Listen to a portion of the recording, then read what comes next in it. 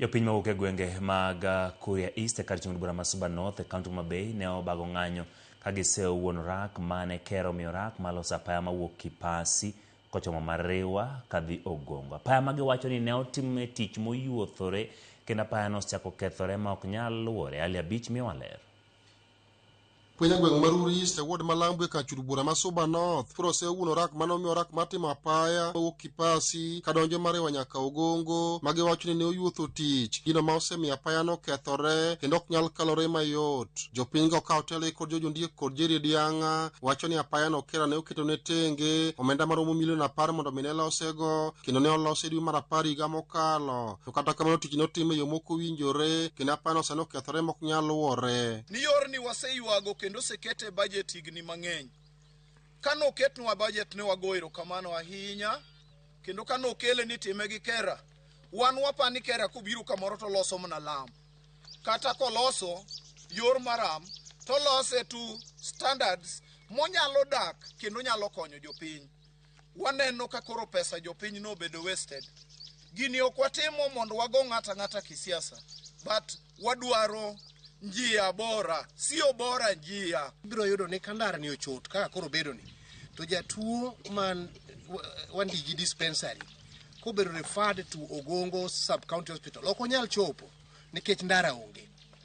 To kata kanitie johala mo Aramba kata mo other sub counties ma connect wagi Kipasi ma is the main market. Ok ginyal chopo nikech ndara ochot.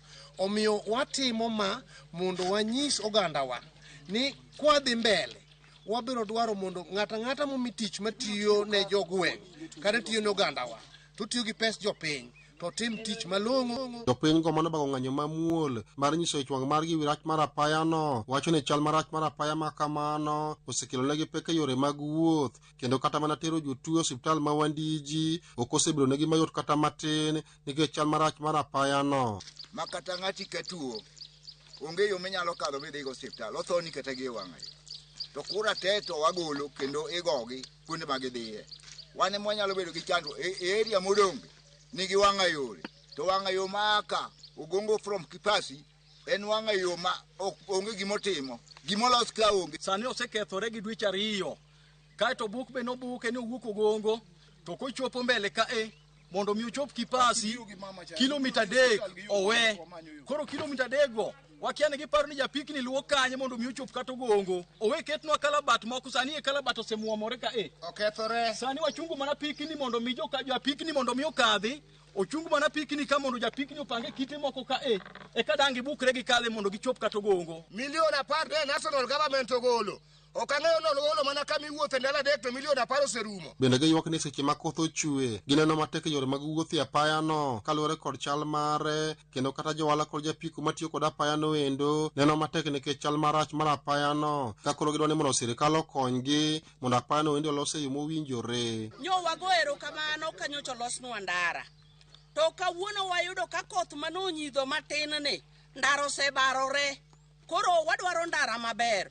Wan gi tich matek kaka an CHP karifa ng'ato Wandiji Health Facility odhi Ogongo kae mokale ndara onge. Ariyo ne mano tija arifa kata joma nyuol kan gi miyo manyocha osenyuole pala ok adhi kode Wandiji Health Facility adhi kode Homa Bay moriere mae kama kale. Ni loso ka ne wawuoyo ne ng'ani niya aoche madonjo ka gina aoche adek. Moro akucho luwo yone. Moro akacha luwo yone. Moro akoganda luwo yone. Ka duong' ka ok nyal time gini. To noko ni en kama onyalo monyalo. Te wakwayo niya wan gi tabu gadier. Minwa ne wating'o ka mana gi yien tandalo. Ka wakawe nyaka Kipasi osiptal. Wakwayo ni kaber ka sirikal ogolo pesa ni mondo konywa na inchi wa kawaida to konywa to gilu bangi ma gigolo no mondo ging'e ni yaw kare kura ma wagoyo konyowa wakwani yone kaber to gilosnwa yone baba. Ali Abich, Ramogi TV, Homa Bay.